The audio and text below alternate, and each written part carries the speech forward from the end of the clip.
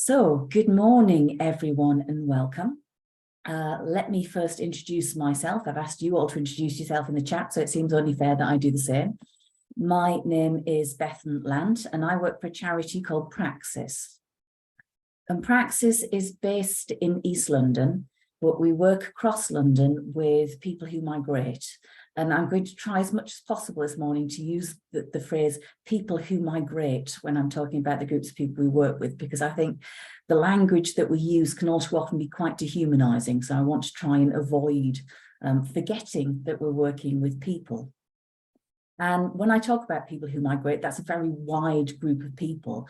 So I'm talking about people who might have been forced to migrate. So they might be refugees and asylum seekers.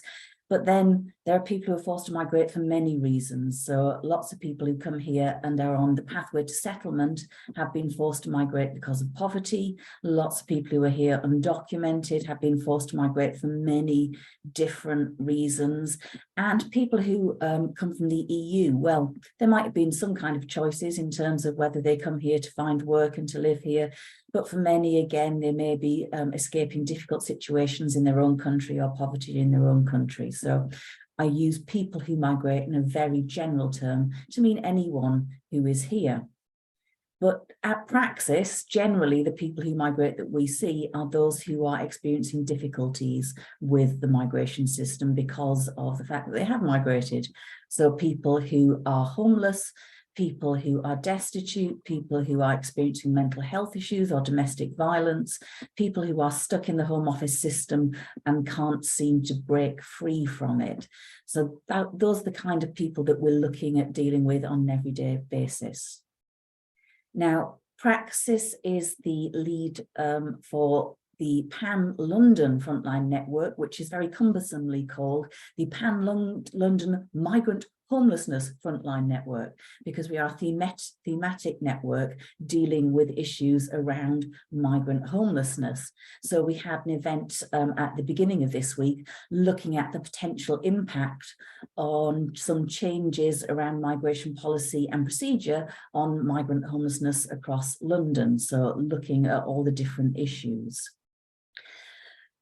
And lots of you are here today because you know that when you are working with people who migrate, who are experiencing homelessness, there are some additional problems which you may encounter. Oh, sorry, I've got noise coming in from outside. Give me 1 second.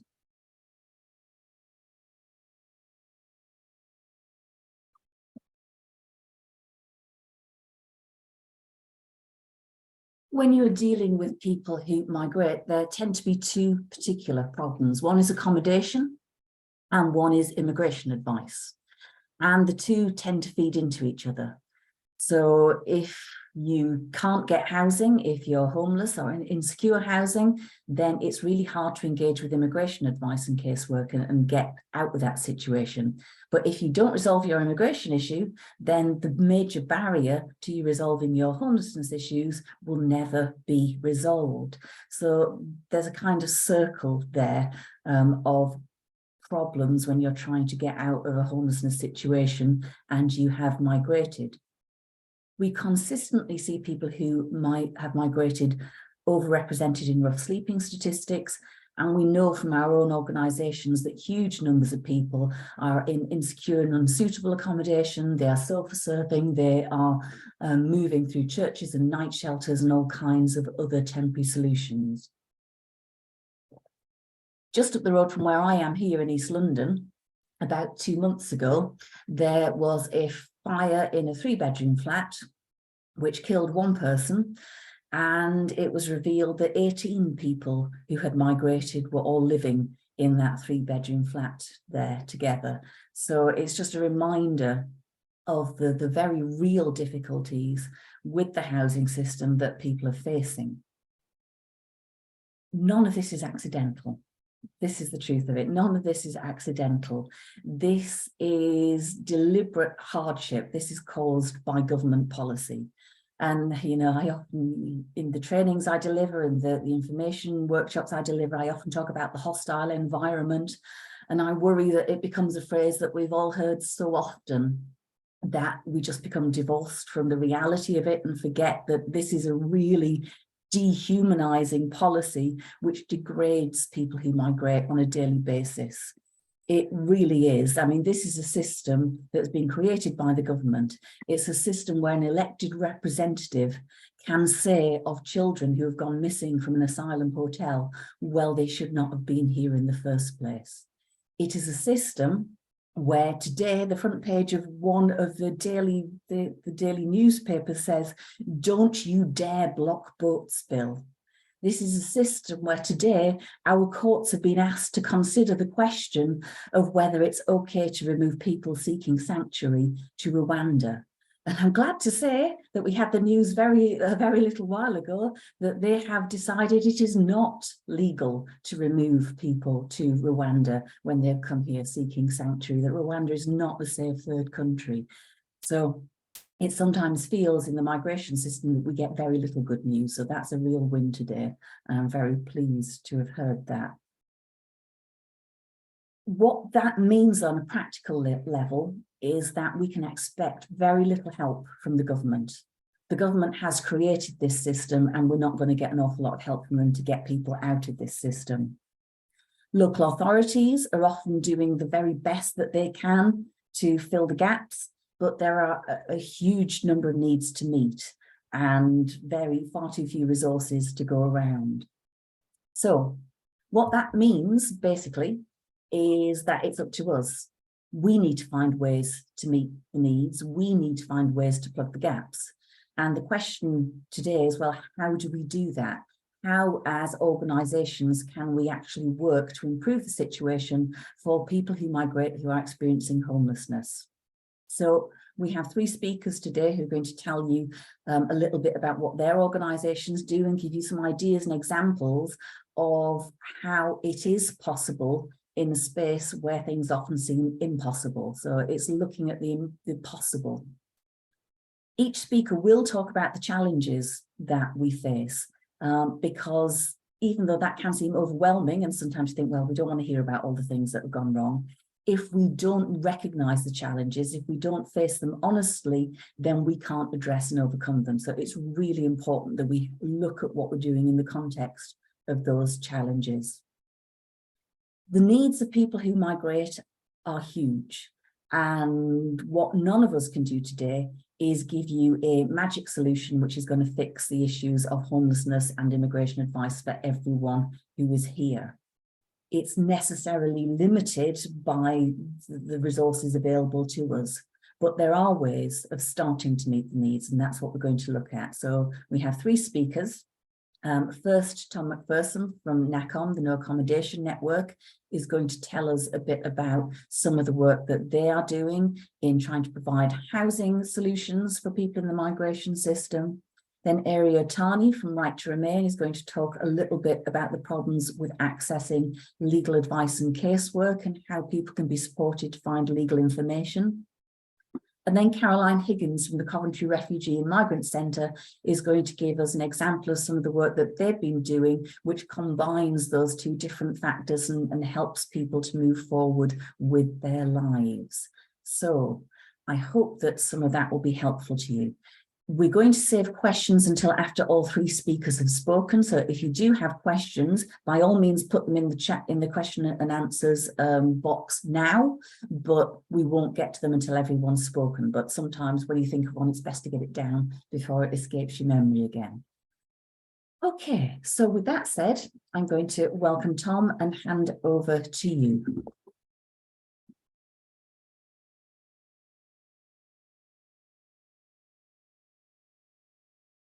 Thanks, Bethan. I'm just going to get to the first slide and then I'll get started. Yeah, so my name's Tom. I'm one of NACCOM's network development coordinators. So NACCOM stands for the No Accommodation Network. And I'm going to talk a bit about what we do, the challenges and issues that we're seeing that our members are facing across the country, and then hopefully bring the mood up a little bit by touching on some of the great examples of projects and how they're providing accommodation to destitute people seeking asylum, before then touching a bit on the upcoming illegal migration bill. So firstly, who are NACCOM? We are a diverse network of approximately 135 member organizations across the whole of the UK. So, but that covers England, Northern Ireland, Scotland, and Wales. And we're not exclusively made up of accommodation providers, but that is a core focus for us. So about 70 of our members are accommodation providers, but we think it's really important to have our membership open to other organizations across the migrant support sector, as all of the kind of essential services interlink, and they're all just as essential as each other. So our vision is an end to destitution amongst people seeking asylum, refugees, and migrants with no recourse to public funds living in the UK. And our mission is to promote best practice in and support the establishment of accommodation projects that reduce destitution amongst people seeking asylum, refugees, and migrants with no recourse to public funds. So just to clarify, we don't ourselves provide any accommodation projects, but we do our best to support the network of organizations who are trying to provide those accommodation projects or to establish those projects to move forward with.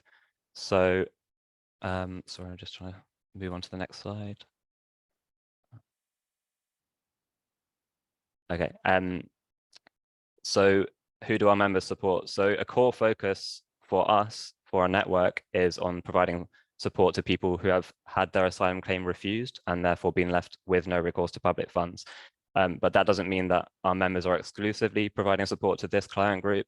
There will be some members who do exclusively focus on this client group, but a lot of our members who do provide accommodation also provide accommodation to people with refugee status, EEA nationals, undocumented migrants, and British nationals. But the kind of reason we focus on this group is because a lot of people do have their claims refused despite having very legitimate asylum claims, but claims can often be refused for various reasons, including poor Home Office decision making. So I'm sure many of you are aware that the Home Office is often in disarray and there's incredible amounts of turnover in staff.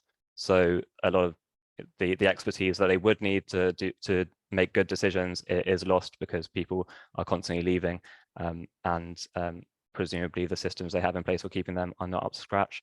Often people lack evidence that the Home Office wants to see from them, but for obvious reasons, people don't think about the evidence that they're going to require later down the line when they're fleeing persecution from their countries of origin. So that's a real issue. And then often trying to get evidence from a country of origin when someone's already left that country is obviously really challenging, especially if that country has questionable human rights record.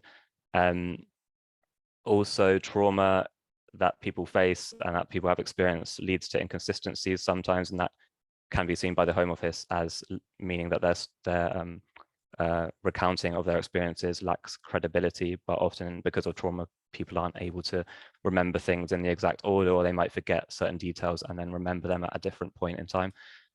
And finally, also the legal aid system is currently very dysfunctional, and we're seeing lots of legal aid practitioners kind of drop out of providing support for asylum seekers simply because they actually can't afford to keep doing what they're doing based on the current legal aid rates. So for that reason, lots of people are not represented, and that's an increasing issue, meaning that people then are more likely to receive a negative decision simply because they haven't been supported through the asylum process and the various stages of that process. So that's just to really give a bit of background as to what we do and why we support that particular client group, and why we support our members to carry out the work that they do on the front line. So now I'm going to go into a little bit more depth into some of the issues and challenges that we're seeing across the network, because we do work very closely with the members that are in our network. We have regular meetings. We currently have a series of regional hubs where we meet with different members in different parts of the country and bring them together to network. So we do hear a lot about what's going on the front line, despite not being a frontline organization ourselves. So I've already touched on kind of the issue of people having no recourse to public funds, but to go a little bit more into that, as Bethan actually mentioned, this destitution is sort of baked into the system, and particularly for people who have no recourse to public funds. So yeah, so the organizations we support are already kind of going against the grain to do what they can to fill that gap. And of course, having no recourse to public funds and therefore no access to accommodation means that people are unable to access legal support, as Bethan already said. And also post-COVID, we've seen an increase in funding streams drying up, and kind of related to that, but also as a result of the social distancing measures, we've also seen a reduction in drop-ins, even though those social distancing measures are no longer in place.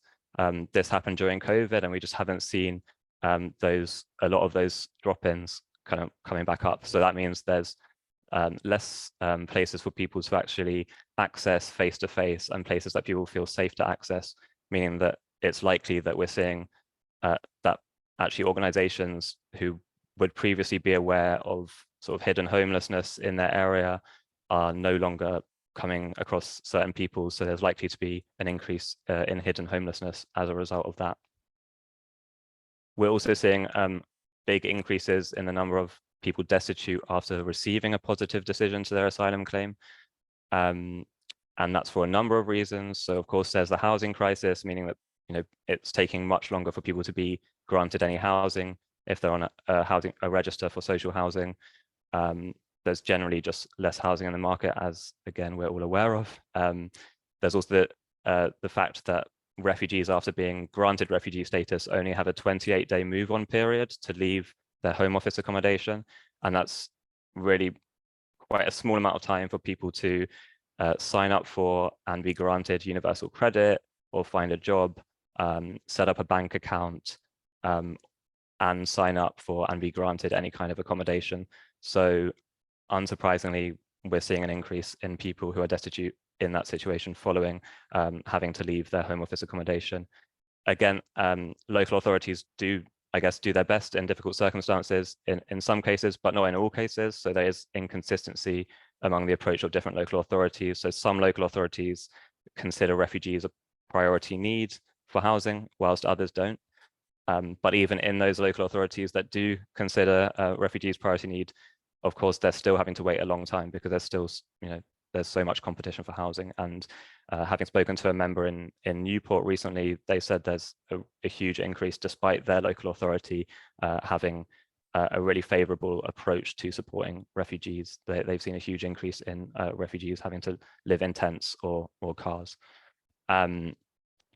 We're also, there's also currently the streamlined asylum process, which certainly has positives if it leads to more people being granted asylum at a quicker rate than they previously would have been. So the idea behind the streamlined asylum process is to process people's asylum claims from specific countries of origin quicker.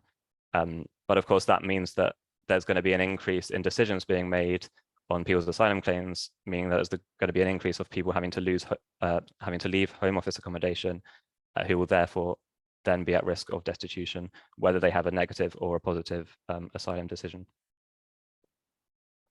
There's also currently plans by the government to enact a new dispersal system for people in the asylum system, and that essentially means that the places where people can be provided accommodation whilst in the asylum system are going to be all over the country, whereas before that it used to be centered on certain urban areas where there, historically there has been a lot of migration. So there's processes and support services set up to support people in those places. But now people are likely to be dispersed to lots of parts of the country, including rural areas where there's no history of any support services for these people, where they won't therefore have access to any kind of community services. And there's also likely to be increased rates of hostility towards people of a migrant background as a result. That's also combined with the government trying to loosen HMO requirements. So that's houses of multiple occupation requirements, specifically for people in the asylum system. Now that's to make it easier to provide to find and to provide accommodation to people in the system quicker, but it also means that there's likely to be a deterioration in the quality of asylum accommodation, which is already in most cases of a very low quality. So what's likely to happen as a result of that is that we're likely to see more mental health issues, more people absconding because they simply can't put up with the situations that they've been put in. So that might mean that they drop out of the asylum system altogether. We're also likely to see a much lower engagement with legal support, especially because in some of those locations, there's not likely to be any immigration or asylum solicitors in place. And again, that's likely to lead to a larger number of unsuccessful asylum claims. So ultimately, that's going to have a knock-on effect on the numbers of homelessness people in the country, and particularly in areas where we don't currently see those kind of levels of homelessness. So another issue that has come up a lot in our meetings with our members is that there's an increasing rate of people with complex health needs. Again, this is likely to be the result of a dysfunctional asylum system and the housing crisis, so people waiting much longer periods for a decision on their asylum claim, as well as for some kind of housing. So people in these really vulnerable situations just for so much longer that it leads to more complex health needs, particularly around mental health. And at a very practical level, the cost of living crisis is also impacting some of the members across our network, because they're losing some of the properties they previously had access to, because, for example, some of our members may have had use of properties from philanthropic landlords that those landlords are now having to sell up because of the impacts of the cost of living crisis on themselves. And of course, general funding challenges resulting from the cost of living crisis. So I guess on top of all the practicalities of the hostile legislation, there's also the fear that hostile legislation brings to people, which is also leading to people kind of going underground, sofa surfing, not engaging with the asylum system. So that's likely already led to a much larger increase of hidden homelessness. And despite the fact that we had some good news earlier today about the plan to send people to Rwanda being found to be illegal, there's likely to still be a lot of fear among people who have already arrived in the country or arriving in the country of that kind of legislation. And yeah, of course, also the illegal migration bill, which I will touch on at the end of this presentation. But yeah, just to go away from all the challenges for a second, I do want to touch on some of the great projects in our network. So one of our members, Boaz Trust, in the Greater Manchester area, was set up actually by NACCOM's founder, Dave Smith, in 2004, and is also a founder member of NACCOM. So NACCOM started as only a very small network of about 4 or 5 charities trying to see how they could support each other to do this essential work way back in, I think, the mid-2000s. So anyway, Boaz Trust has a cross-subsidy model whereby it provides accommodation to 34 people with refugee status and 47 people with no recourse to public funds, meaning that the rents from people with refugee status who have the right to rent, who have the right to work, who have the right to claim universal credit, then cross-subsidizes the beds for people who don't have the right to rent and don't have any access to public funds nor the right to work. So they have 21 shared houses, and 2 of those properties are leased from the Arawak Walton Housing Association, as well as 4 from an organization called Green Pastures and 15 from supporters including churches. And they have a really unique and amazing service level agreement with Arawak Walton, whereby basically Arawak Walton do all of the housing management and rent collection, not only for the 2 properties leased from Arawak Walton, but also for all of the other properties, which frees Boaz Trust up to do all of the essential work that they do best. So providing support to the asylums, to people seeking asylum, to refugees, and to those with no recourse to public funds. So providing that casework and wraparound support to the best of their ability, because they can leave all of the housing issues to Arawak Walton, who have that expertise. And they also have strong links with the Greater Manchester Immigration Aid Unit, which ensures that almost all of their clients get quality legal advice. Another organization that I wanted to mention, who I believe are actually on the call with us today, is the Nottingham Arimathea Trust. So they rent properties from 2 housing associations, Framework Housing Association and Tuntum Housing Association, at the local housing allowance rate, which basically allows them to set up HMOs and to let individual rooms to newly granted refugees as part of a cross-subsidy portfolio. So again, they're using rent-paying people with refugee status to cross-subsidized rooms for people with no recourse to public funds. And in both cases, the housing associations provide a full repairs and maintenance service and emergency call-outs. But it's not only housing projects that we support. We also have a number of hosting projects within the NACCOM network, and those include one that I'm sure many of you would have heard of, which is Refugees at Home, but it also includes some smaller hosting projects, such as the Housing Justice London hosting project, which was set up in 2015, and now has a dedicated coordinator and officer. And again, they have a really strong focus on ensuring that all of their clients receive quality legal advice. So they have a close partnership with the Cardinal Hume Centre in London for any of their clients to get legal advice who aren't already receiving legal advice elsewhere. And yeah, so to touch a bit more on how we actually support our members to do this essential work, there's lots of things we do, and this is just some of the ways that we aim to support our members. So we have a number of toolkits and useful resources that we try to add to year on year.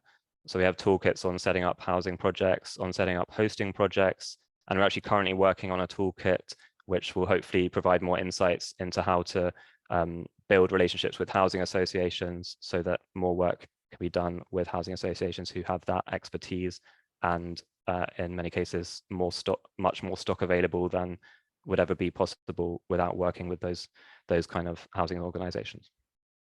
Also, we have lots of opportunities for networking, information sharing, and peer-to-peer support. We also occasionally provide one-to-one support with members, for example, to broker introductions with other organizations in their areas, for example, with housing associations, or generally just to answer questions around the delivery of their housing projects and ideas for how they might be able to expand those. We also do a lot on policy advocacy and campaigning. So we do work, but we also provide our members with regular updates so they're kept in the loop of what's going on nationally. And we have an annual members survey, which helps to evidence all of the work across our network. And that's not just beneficial for us as sort of hub of the network, but it's also beneficial for all of our members because it helps, because we can then support them to present that evidence in a way that might help them to be more successful with certain funding bids, for example. In line with that, we support members around data collection. We also have training courses such as wellbeing support and media opportunities and guidance. So finally, before I finish, I do unfortunately want to come back to the challenges because the illegal migration bill is coming up and we can't really ignore it. So Refugee Council has assessed that after 3 years of the bill being in place, there's likely to be 160,000 to around 190,000 people who've had their asylum claims deemed inadmissible, but who have not been removed. So that essentially means hundreds of thousands of people are likely to be rough sleeping or in hidden homelessness, or potentially worse, in exploitative conditions, including human trafficking and modern slavery. There's a huge risk there because the reasons why people will be putting up with those situations is because the bill essentially means that anyone arriving from the 7th of March this year through what they deem to be irregular routes will be liable to detention and deportation. So people won't want to come forward, may not even trust sort of any formal charities. So there's going to be a huge challenge of actually reaching those people and being able to provide support to those people. We have done a bit of thinking, and we are talking a lot about this at the moment, particularly in our regional hubs with our members, and thinking around what can we do to try and mitigate some of those impacts. Of course, we don't know exactly how the bill will be brought into law because there's, the Lords are trying to push through several amendments, but whether those are taken up by the Commons is anyone's guess. And yeah, there's still a lot of uncertainties, but we do think that it's likely to go through in some form, and we think that it's likely that it's going to be very important to build kind of grassroots partnerships with first responder organizations. So not necessarily the charities and organizations that are already part of the NACCOM network, but more community and even more grassroots organizations than those, such as places that people go to for support and community where they don't feel like there's any risk of them being alerted to the authorities. So certain cafes or restaurants where people hang out, where people have some form of community, faith groups, community associations, and food banks. And we think it's going to be really important to actually communicate with those kind of organizations around the risks of this bill so that they can at least avoid putting people at more risk by providing sort of potentially harmful advice, such as telling people they should claim asylum. So there's really a lot of responsibility on the migrant sector, is what I'm trying to say, in terms of informing other sectors and other people who might come across people impacted by the bill. There's also a huge challenge for organizations within our network as to how they might be able to support people impacted by this bill, because there's still going to be people coming through the asylum system and people receiving negative decisions to their asylum claims who are still going to need support as well. And on top of that, people who are impacted by the illegal migration bill are not going to be not going to have any opportunity to claim asylum or to apply for any other kind of immigration route, meaning that their potential move on will essentially be zero. So most of our accommodation projects in the NACCOM network are premised on the idea that if you provide legal support and wraparound support, people then have the chance to move on and hopefully resolve their status, whereas that won't be possible with the people impacted by the illegal migration bill. So we're having to do a lot of thinking around what kind of support will we be able to provide, and how will funders even respond to that, because funders generally are so focused on the outcomes, meaning people resolving their status. So yeah, there's a lot of thought going into the idea of having to really communicate this issue to funders and change funders' ideas of what outcomes actually means, because realistically, a lot of the response to this bill is going to be around saving people's lives and trying to provide a sense of community to people who otherwise might be too fearful to even seek it out. But at the moment, it's still very difficult for us to really picture how we might be able to provide accommodation to these people without, because they won't be able to move on to any other situation after that. I'm very sorry to sort of end on that somber note, but here is there's my email at the bottom if anyone wants to get in touch with me about anything to do with NACCOM, or if you want to know more about the network. And there's also a list of toolkits, guides, reports, and a couple of upcoming toolkits and reports as well. So I'll make sure this is shared with everyone after this event. Thank you. Thank you very much, Tom. That's really helpful. Thank you for all of that information. I'm making a note of your phrase, the Home Office is often in disarray. I think there are many other phrases we could use, but we're being recorded, so I won't use them today. However, in fairness, I would have to say that we had a big Pan London Frontline Network conference in November last year, and we had a number of people attending from the Home Office UKVI homelessness team, and they were really very, very helpful, and they really wanted to address some of the issues that were happening. And after the conference, we sent them a long list of asks, and they have come back to us with something and said, well, okay, we might be able to do something about this. We can't do something about the 28-day notice period because that's in primary legislation, so that would need political intervention. But they really are trying to see if there are positive things that they can do. So I am very often very critical of the Home Office, but I have to give some credit occasionally. One of the things that I want people to take away from Tom's presentation today is I don't want you to go away from this presentation saying, this is wonderful, NACCOM can tell us all about these organisations providing accommodation. Can we refer all of our homeless people to one of these organisations? What I want you to do is to go away and think, can we do this? is this something that we might possibly do? There are lots of toolkits on the end of the slide that Tom shared there. So it's not about saying, this is great that someone else is doing this. I challenge you to go away and think about, is there a way we can possibly do this? Is there a way we could work with someone else to support them to possibly do this?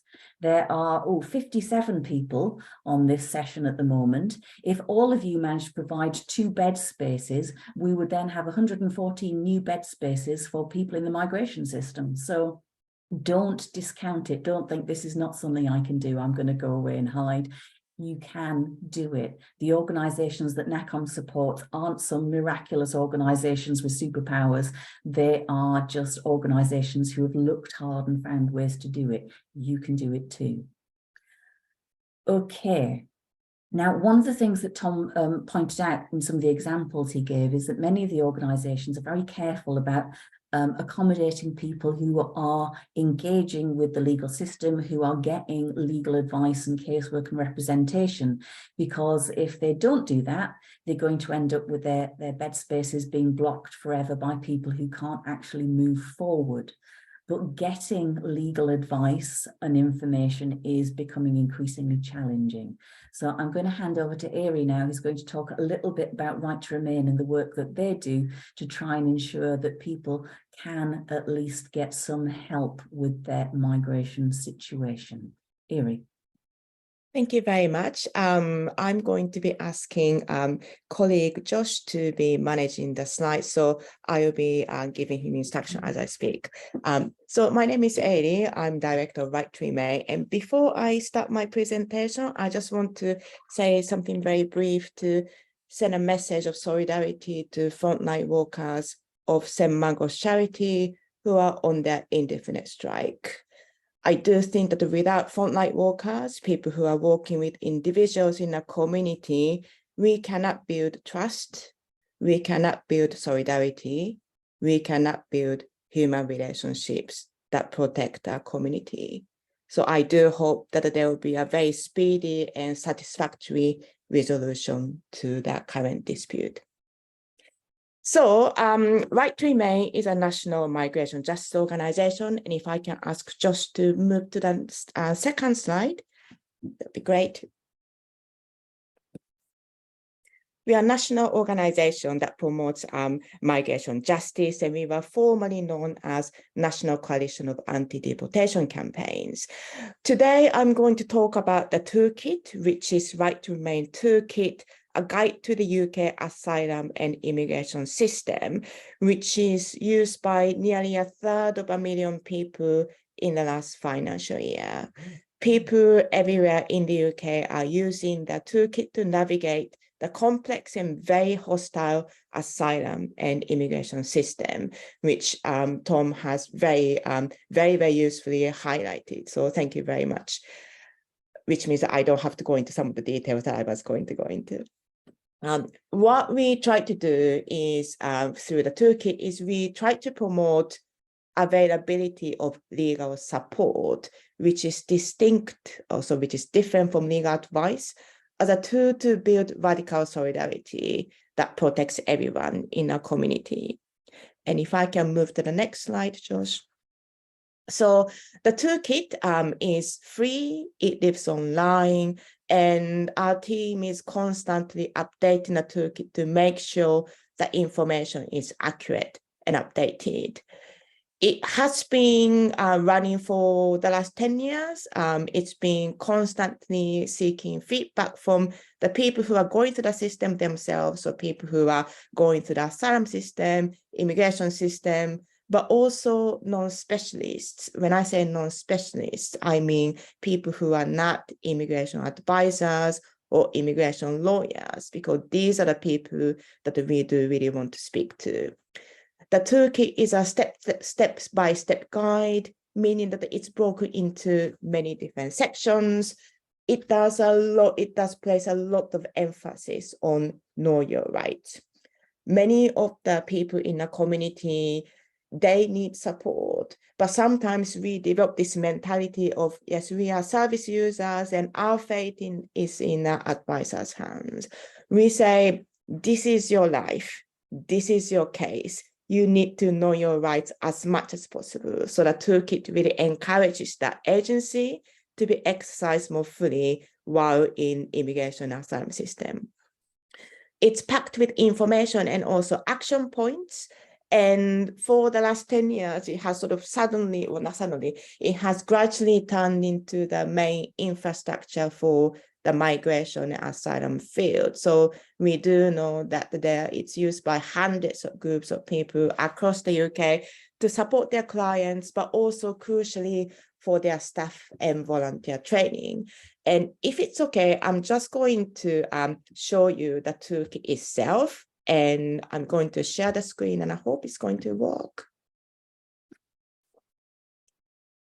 I'm not really sure if you can see the website screen. Can you see the screen of the toolkit website? Yeah, great. Yeah, okay, thank you. So it looks like this. You can access for free. It's at the web page address at the top of the screen, which we are going to share with the audience later. But what you see is that if you scroll down, you will see different sections of the toolkit. First section is getting started. It does provide very generic but really useful information, such as the difference between legal support and legal action, which I'm going to go into later. We do have information about the asylum system. This is probably more developed than our immigration section. But what you do see is that, for example, if you click one of the links here, you'll be taken to a topic-specific page. Many of the pages also do have links to videos, links to translated material, and we do know that the many groups actually use it as a group exercise. So you might be seeing people who are in the asylum system. This is where you can get a little bit more information for yourself, but also help people to understand what might be happening to their case and also what they could be doing next. Going back to another page of immigration, just to show you another page, for example, 10-year route to indefinite leave to remain. Here again, many people we do know are caught up in this 10-year route system. Many also experiencing poverty. Again, you might come across people who might be on this route, struggling to understand what's going on. Here again, the information is broken up into smaller sections with actions. Tom also mentioned, as a result of the illegal migration bill, but also for a number of different reasons, people might face immigration detention or might have to worry about being detained. Again, we have a section on immigration detention, including, and this was developed with people who were detained, including how to prepare for a possibility of being detained. It will be something like, for example, you need to make sure that somebody you know have a copy of the key to your flat so they can get your belongings. Or you need to have a telephone number with your lawyer, not on your mobile phone that is going to be confiscated, but on a sheet of paper, so you can call your lawyer. So it's packed with this practical information. And I will leave you to look at the toolkit later in your own time. And just if I can come back to the site, that'd be great. Thank you. If I can go to the next slide, which is about the context. Look, Tom has done a brilliant job, so I don't really need to say much about it. But one thing I want to say is that in our community, there is really a lack of accurate, clear information because this is very complicated. And that means there's a lot of misinformation that circulates in the community. And also, another thing that our community members tell us is that, look, having an insecure immigration status, we feel ashamed. We don't always want to talk about this. So that means that as they come into contact with supporters or service providers, they might not open up those issues because they're afraid of it. So that is the kind of culture of our community when we try to deal with all immigration issues, which means that we might be too late in taking actions that we need to take. And the toolkit really tries to encourage ourselves. When I say our community, migrant refugee community, that look, this is our life. We need to be taking more control of our life. And if I can go to the next slide, Josh, that'd be great. Tom talked about it is very difficult to get legal advice. It is very difficult to find immigration lawyers. And of course, the organization that have been mentioned in his presentation, for example, Greater Manchester Immigration Aid Unit, they're really brilliant, but we also know that their capacity is limited. Refugee Migrant Center, who's going to talk next, they do provide legal advice, but they can be everywhere in the country. So the availability of legal advice is very, very limited. We keep on saying this, but we are not quite sure whether people understand how limited the provision is.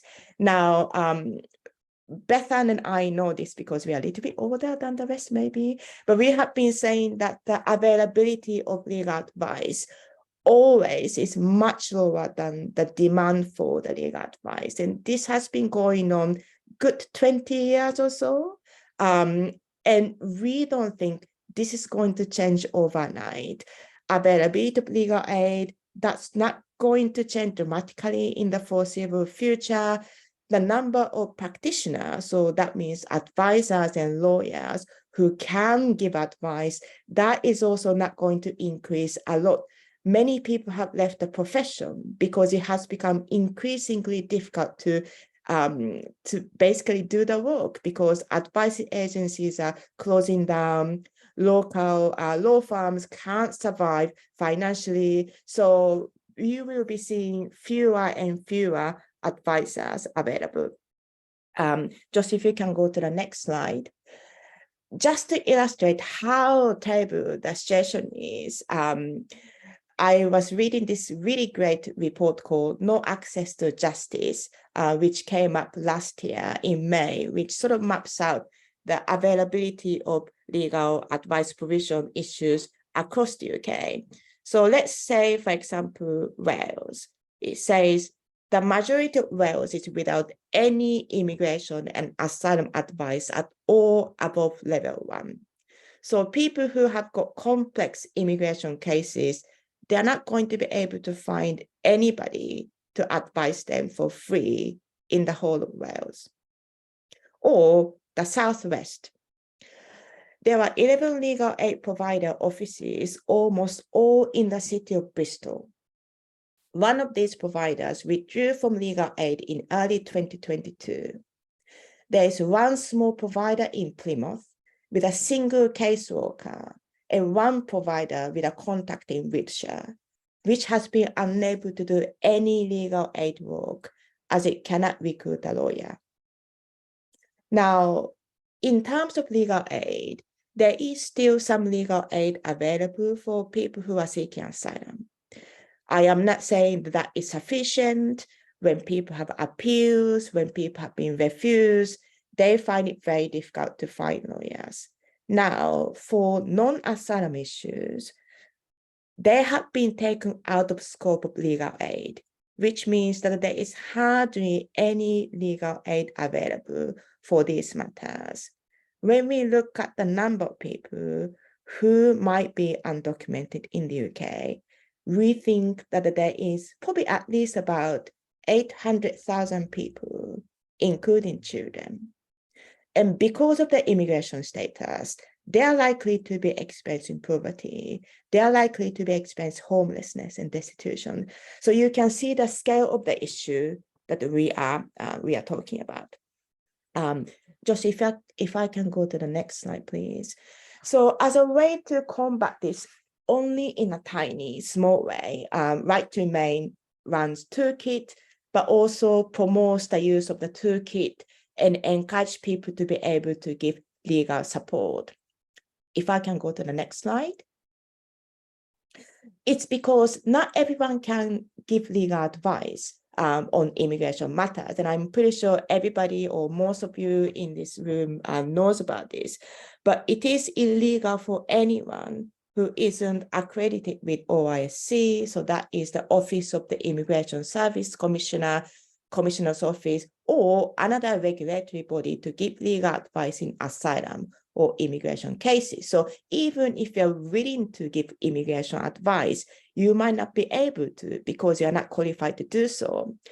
And legal advice is defined as something specific, direct, something that proposes a specific course of action to individuals. Now, giving legal advice, therefore, can be quite difficult. However, giving legal support might be slightly different. So I now want to talk a little bit more about legal support. If I can go to the next slide, Josh. So what is legal support? If you're not qualified to give legal advice, you can still share legal information. And that information, legal information that is factual, generic, does not address any particular course of action. So there's a spelling mistake. And that is what the toolkit is about. So it could be, for example, showing the toolkit and explaining, okay, this is what the system looks like. Let's find out where you are. Or people might be thinking, okay, I have come across this word injunction. I don't really know what that means. The toolkit has an answer. Or judicial review. So there is a way that the people can increase their own knowledge of the system to navigate the system better. This does not mean that the toolkit replaces legal advice. I do have to stress this. Legal advice, sometimes you still do need it. So we still need to have more lawyers, more advisors. But what we are trying to say is that let's do something that we can do in a community so that we actually lessen burdens placed on legal advisors and lawyers, because they might not have all the time in the world to explain everything to individuals who come into their offices. So we should be doing what we can do. And Josh, if you can go to the next slide. As part of that, Right to Remain, we run many workshops explaining the difference between legal advice and legal support, and also for people who might be coming across with people who are in asylum system, we also run quite a lot of training sessions on the asylum system. Josh, if you can skip the next slide, yeah, if you can skip, yeah. And if you go to the slide that says priorities, which is the next one. So for this conference and for this gathering, I have been thinking about what could be the priorities as we think about, okay, there will be increased level of homelessness, as Tom has highlighted, and as homeless sector, people who are working in the homeless sector, what is it that we should be doing? First of all, obviously, please try to find out in your local area who can give legal advice on immigration or asylum. I think that is probably the first step. However, I think they might be oversubscribed. They might not be taking any referrals, or you might find that there is none available. And this is where I think we do need to think of asylum and immigration matters as not some specialist areas, but mainstream concern for our community. These people are neighbors, friends, co-workers. It should be everybody's concern rather than something that is exclusively for the concern of people who are seen to be working in the refugee and migration sector. And maybe you can consider how to support these people who are caught up in the system by giving information so that the people know what's happening to their case, what's happening to their situation, consider their options, and what steps they could be taking, for example, waiting for the answer from the Home Office. Information giving, this has to be done repeatedly. I have never come across somebody who has been given information about the asylum or immigration system and got it straight away because it's complicated.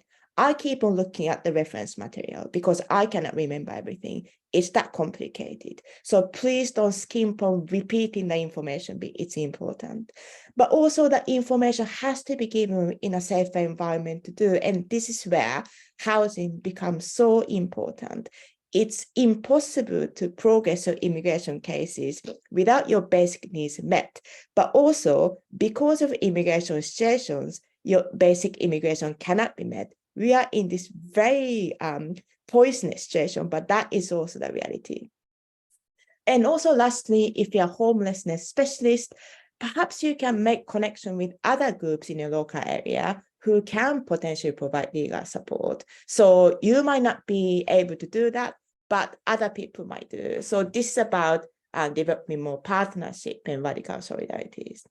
Now, I'm going to be stopping my presentation here because there is a last slide which has got more information about what Right to Remain can do with you. And I think you can probably take time to look at that later.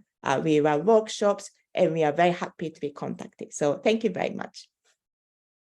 Thank you, Eiri. That's really useful. And I saw at least one comment in the chat from Marianne saying, this is exactly what I need. So excellent.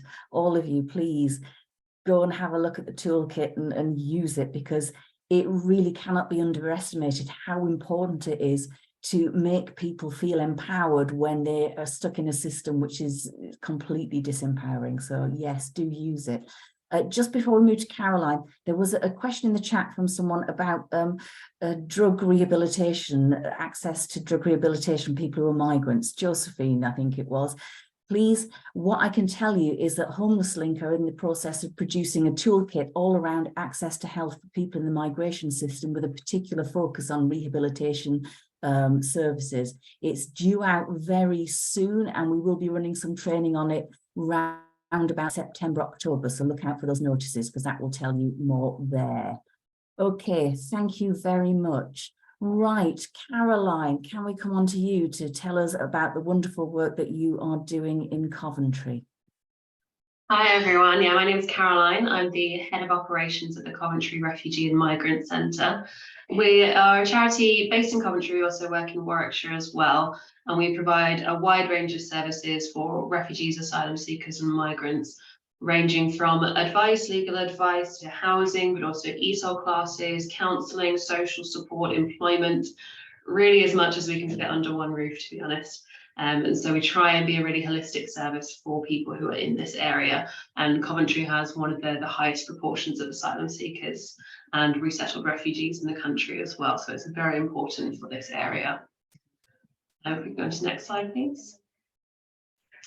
So I just wanted to give a quick overview of what people at different stages in the asylum system are actually entitled to in terms of housing. Many of you might already know this, but it does sometimes get a bit complicated. So with asylum seekers, they would usually start off in home office accommodation if they're unable to support themselves, what's referred to as Section 98, and then Section 95 with initial accommodation, dispersal accommodation. This is where you'll see the hotels, also houses as well, and then potentially also now barges and other types of accommodation as well. For failed asylum seekers, there is some provision as well, although this is usually if people are making efforts to leave the country.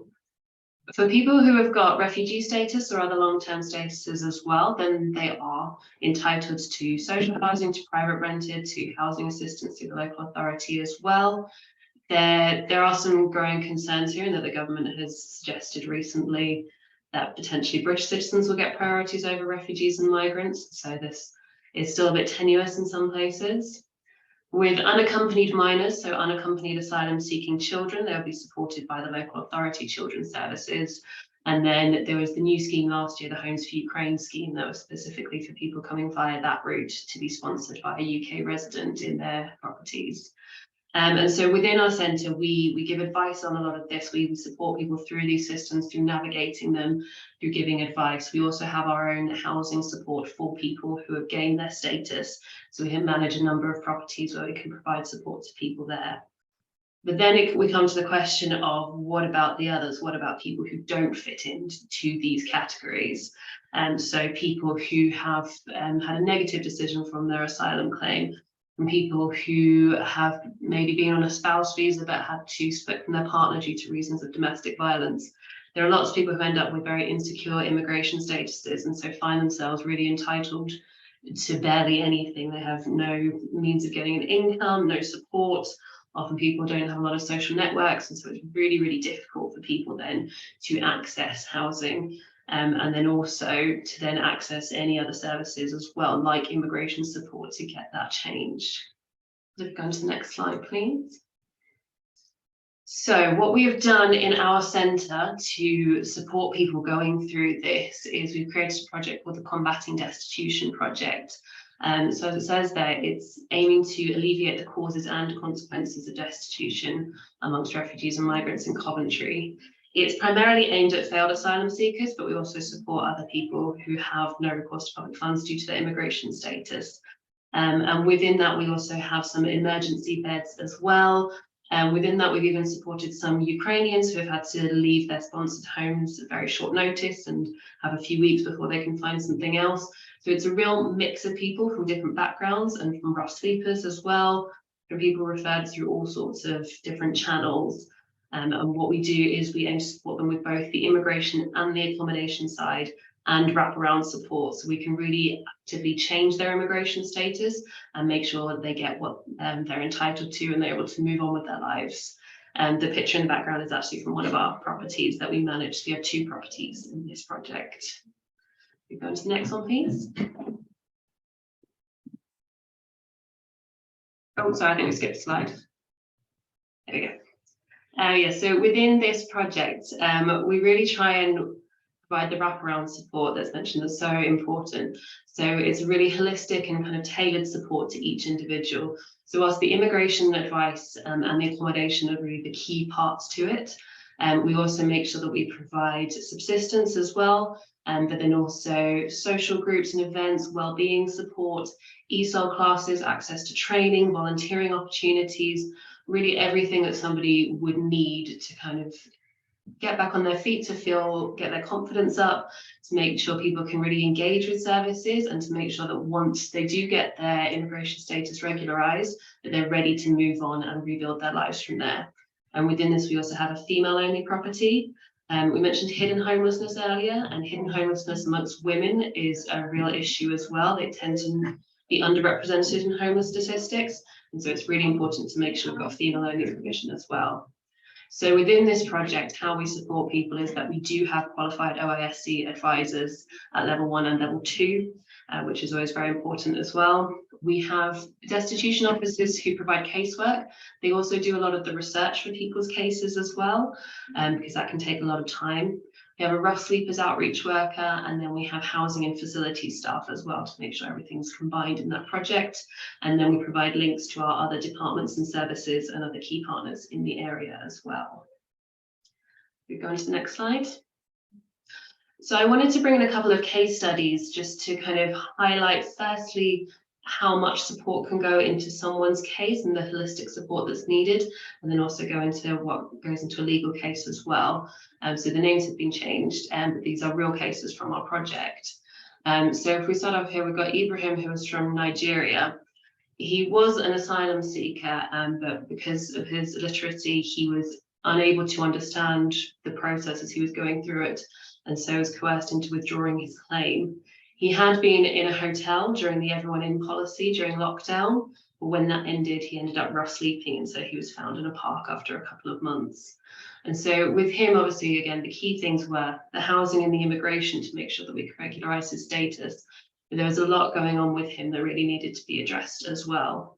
So due to his rough sleeping, his physical health had deteriorated as well.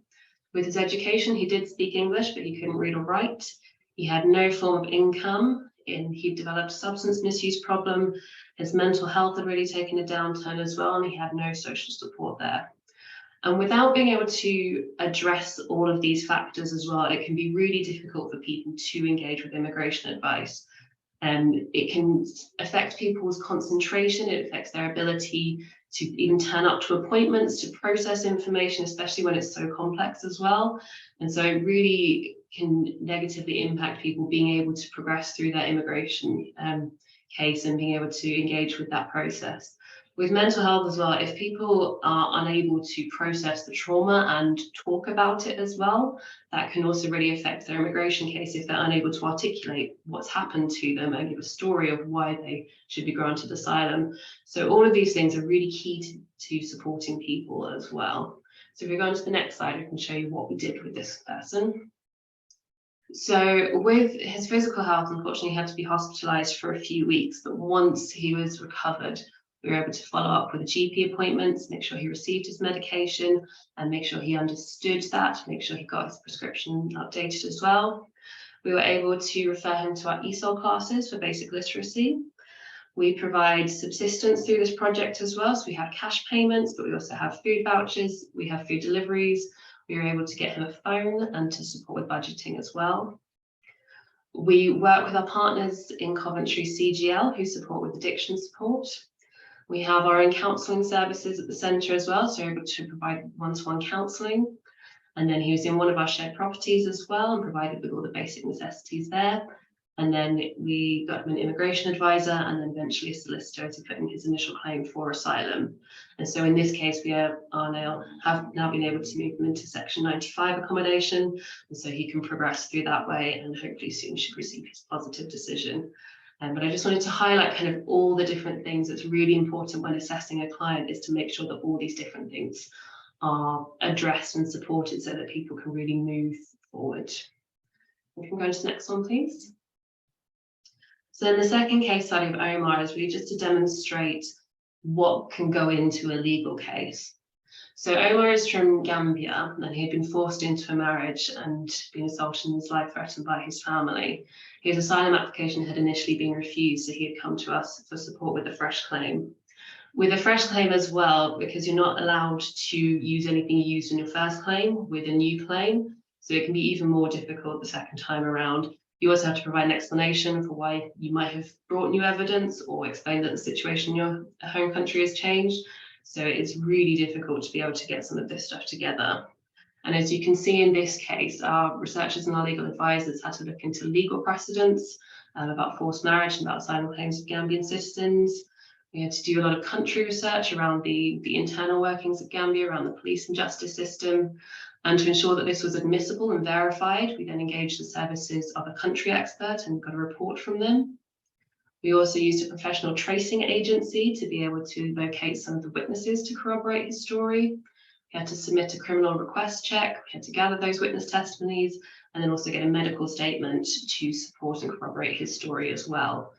And getting all of these things is costly. It can also take months to get these things.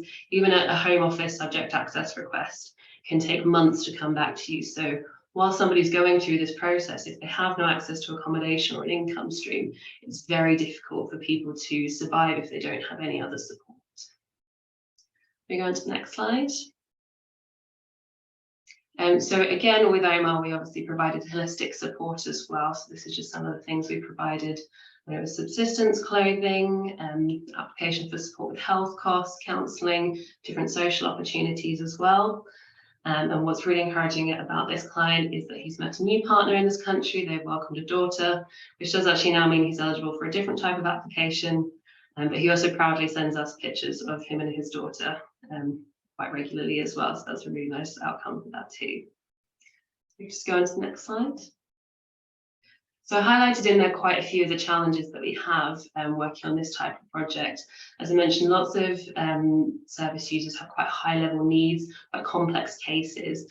They require a lot of support and also support from very specialist organisations as well. There are long timescales with this. Sometimes it can be years for people to be able to put these cases together. Service users can be very anxious about coming forward. As we mentioned, the hostile environment, the impact of this legislation, people really worry about engaging with authorities because they think that it's going to mean an automatic deportation for them. And there is unfortunately some cases where people do run out of legal options, and it means that we're unable to support them because then we're blocking a bed for somebody else. There's also a lack of move-on accommodation. Once people have gained their status, they're feeling ready to move out. Affordable options for people to move on to is a real issue. And then the final one that I think everybody's coming up against is funding. Funding is obviously a challenge for everyone for most projects, but I would say for people who are destitute, think it's even harder to get funding for people like this. It's not something that people find attractive to fund, unfortunately. But I don't want to leave it on the challenges there. So I've got the last couple of slides, just some of the positive outcomes that we've had.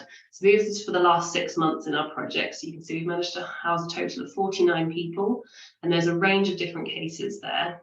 But as you can see, we've also had a lot of successful move-ons as well, which has been really positive to see that into a range of different accommodations there.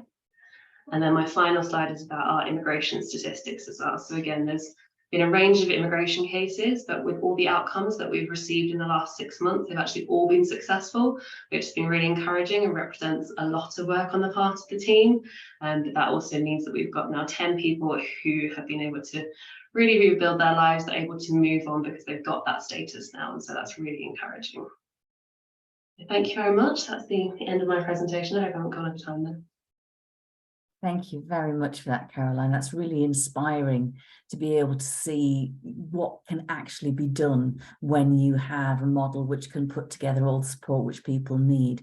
And I know that Housing First is a very popular model now in the homelessness sector, and I think it just shows that, you know, regardless of what sector you're living in, people need to be accommodated so you can address the range of different problems they have, and without that, you're not going to get very far.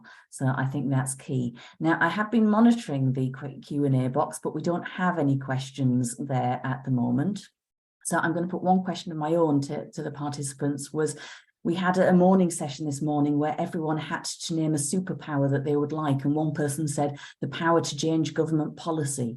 So if you could change one thing, just one thing about government policy, what would it be? Who wants to answer first?